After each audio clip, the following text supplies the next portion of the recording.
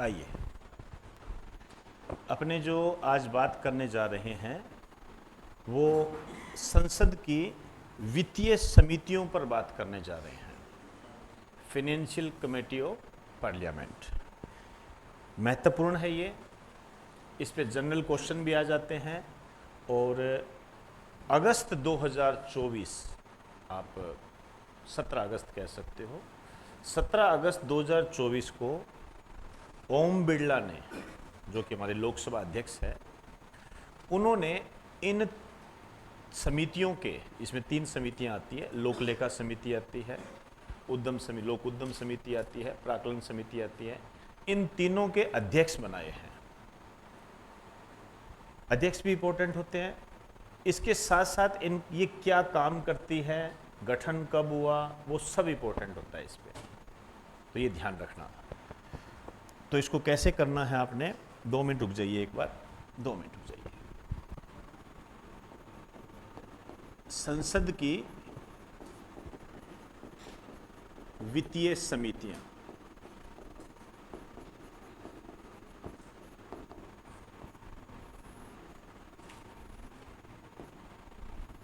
ये क्या 3 होती है।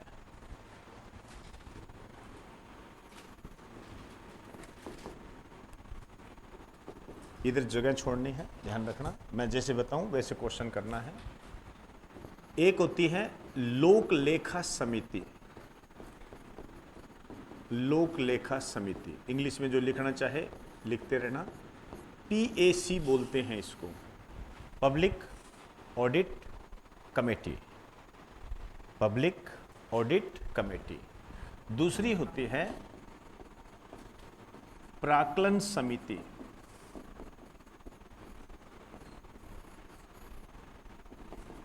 इसको बोलते हैं एस्टीमेट कमेटी, एस्टीमेट कमेटी।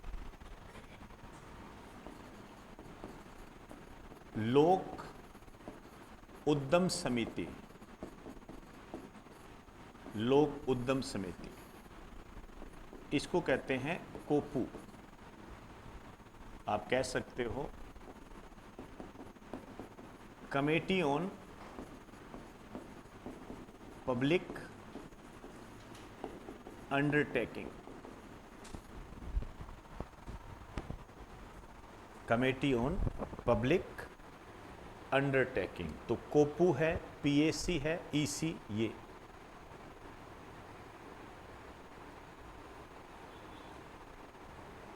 चले। आइए, सबसे पहली बात, इनका फॉर्मेशन कब हुआ, गठन कब हुआ। इसका गठन हुआ था 1921 के अंदर, 1951 के अंदर। और ये आज़ादी से पहले का है। भारत शासन अधिनियम, इंडिया रूल एक्ट 1919 के तहत, मतलब ये पुरानी है, 1919 के तहत इसका गठन हुआ था, इंडिया रूल एक्ट। प्राक्कलन समिति जो फॉर्म्ड हुई थी 1950 में, लोक उद्यम समिति जो हुई थी 1964 में। आपको यहाँ थोड़ा ध्यान रखना है, ये जो फॉर्म्ड हुई थी ये कृष्ण मेनन समिति की सिफारिशों के आधार पर।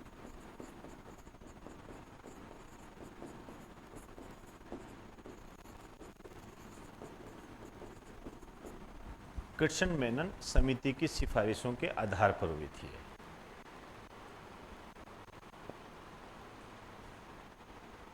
कृष्ण मेनन समिति की सिफारिशों के आधार पर।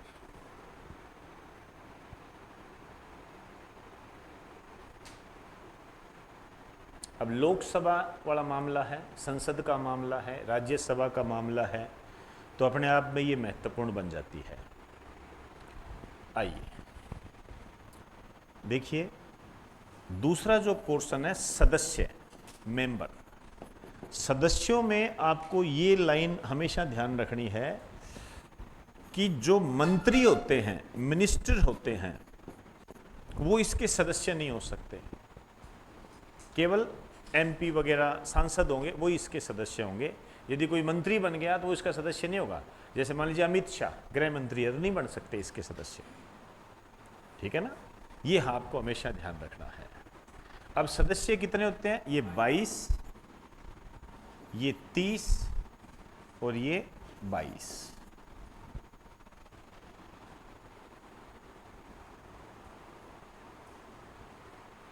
चले, 22 में से आपको ये ध्यान रखना है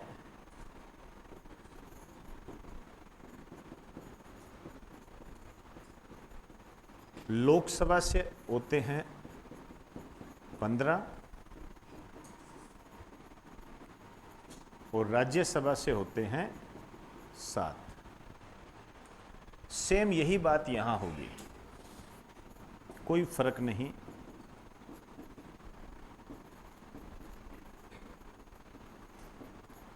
लोकसभा,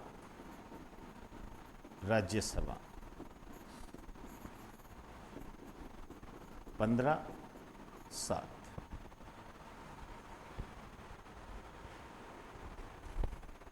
7।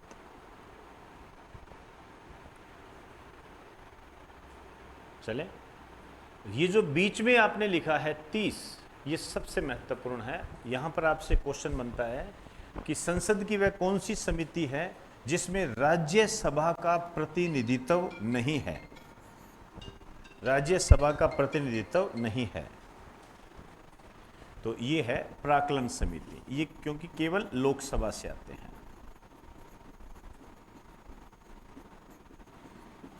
केवल लोकसभा से।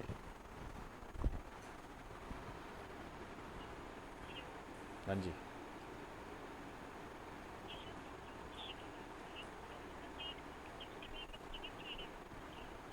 नहीं है जी, कितने केवल लोकसभा। समझ में आ गई बात सारी। तो 22, 30, 22 ये ध्यान रखना है। 15, 7 क्लियर होगी बात सारी। अब आइए अध्यक्ष।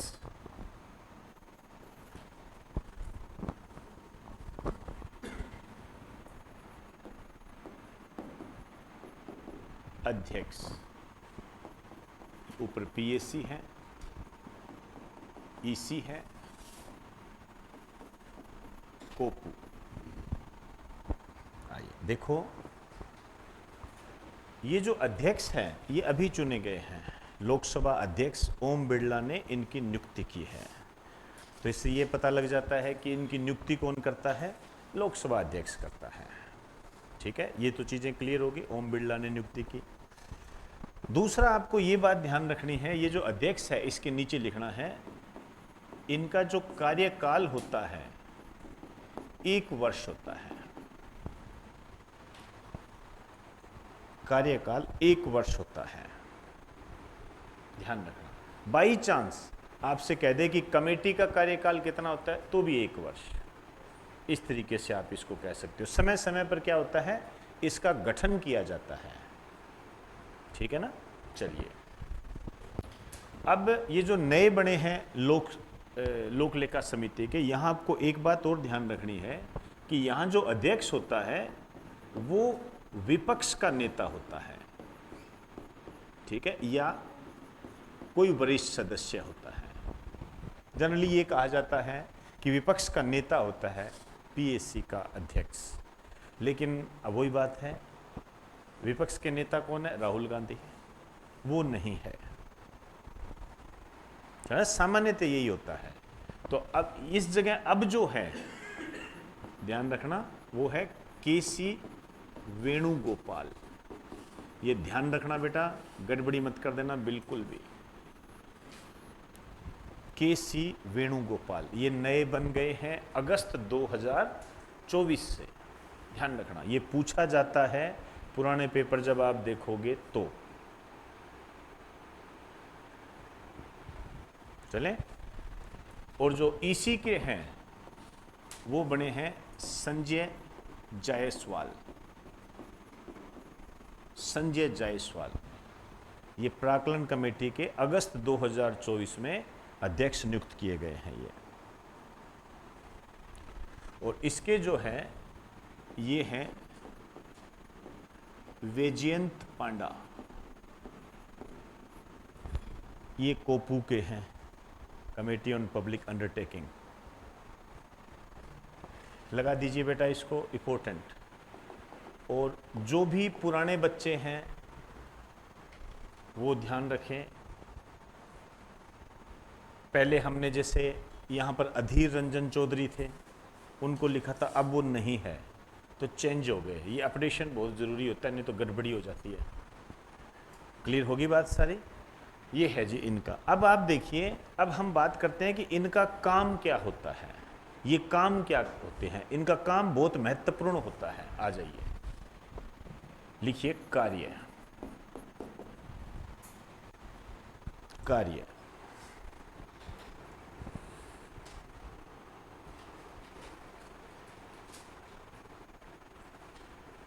चले 2 मिनट थोड़ा सा रुक जाइए,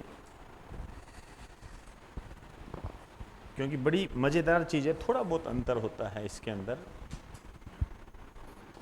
कैग का नाम सुना है आपने कभी? Comptroller and auditor general of India, Bharat का नियंत्रक व महालेखा परीक्षक।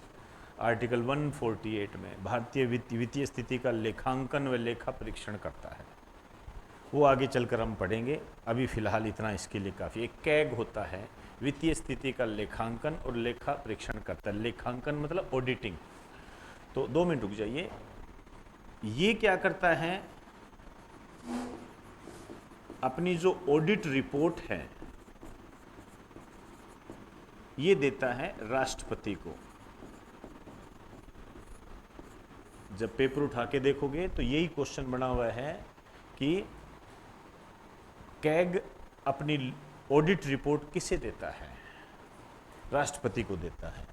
अब राष्ट्रपति क्या करते हैं, इसे संसद में रखवाते हैं, पार्लियामेंट के अंदर ये रखवाते हैं। और संसद में रखवाते हैं तो संसद क्या करती है, इसकी जांच करवाती है, सही है गलत है क्या है, ऐसे ही दे दिया क्या, ये जांच करवाती है। और ये जो जांच करवाती है ये लोक लेखा समिति से कराती है, पब्लिक ऑडिट कमेटी से करवाती है। तो आप देखिए, कैग ने अपनी रिपोर्ट किसको दी? राष्ट्रपति, संसद में, पीएससी। तो आपकी किताबों में ऐसे लिखा होता है कि लोक लेखा समिति कैग के द्वारा दी गई रिपोर्ट की, ऑडिट रिपोर्ट की जांच करती है। कैग कभी इसको रिपोर्ट नहीं देता है, कैग तो इसको देगा राष्ट्रपति को। ठीक इसी तरीके से जो ये कोपू है, इसमें भी क्या होता है, जो कैग है वो लोक उद्यमों, पब्लिक एंटरप्रेन्योर, आप पब्लिक अंडरटेकिंग भी कह सकते हो, से संबंधित रिपोर्ट। लोक उद्यम क्या होते हैं? लोक उद्यम किसको कहते हैं? सरकारी कंपनी, मतलब ऐसा सिस्टम, कोई चाहे कोई फैक्ट्री हो, चाहे कंपनी हो, चाहे कोई संस्था हो, जिसमें सरकार का पैसा लगा हो, सरकार कोई लाभ होता हो, सरकार कोई हानि होती हो, उसको हम लोक उद्यम बोलते हैं। ठीक है ना, उसको लोक उद्यम बोला जाता है। उसकी रिपोर्ट क्या करती है, ये राष्ट्रपति को देती है। राष्ट्रपति इसे संसद में रखवाते हैं और संसद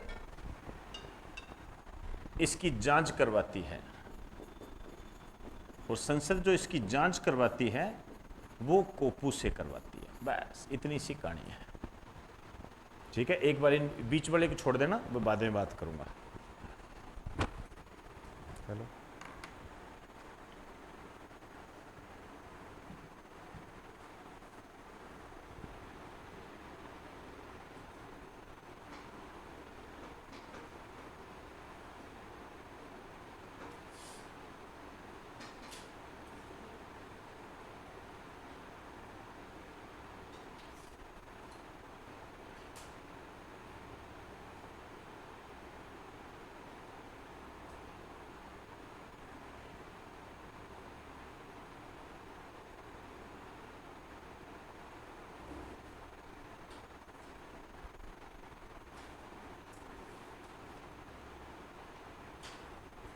चले।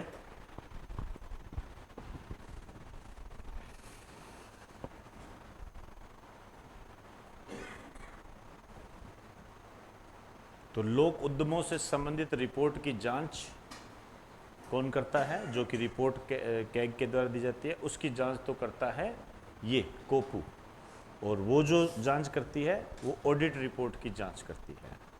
यहां पर एक बात लिख दीजिए, लिख लीजिए,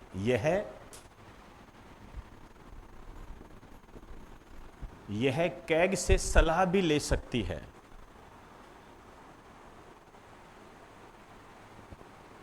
यह कैग से सलाह भी ले सकती है। यह कैग से सलाह भी ले सकती है। इसी कारण से कैग को पीएसी का मित्र कहा जाता है।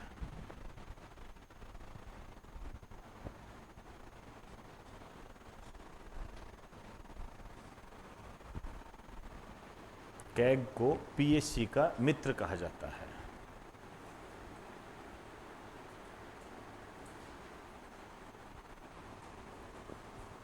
चलें, आ जाइए, इसमें ये इतना ही है सारा। अब देखिए, ये जो ईसी है इसका क्या काम होता है?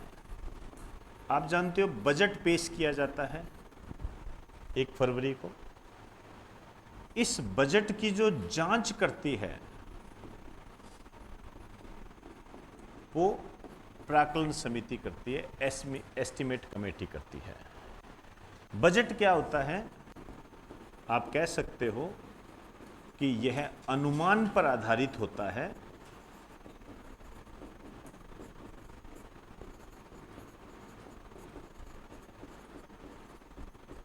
इसे बढ़ा चढ़ाकर लिखा जाता है।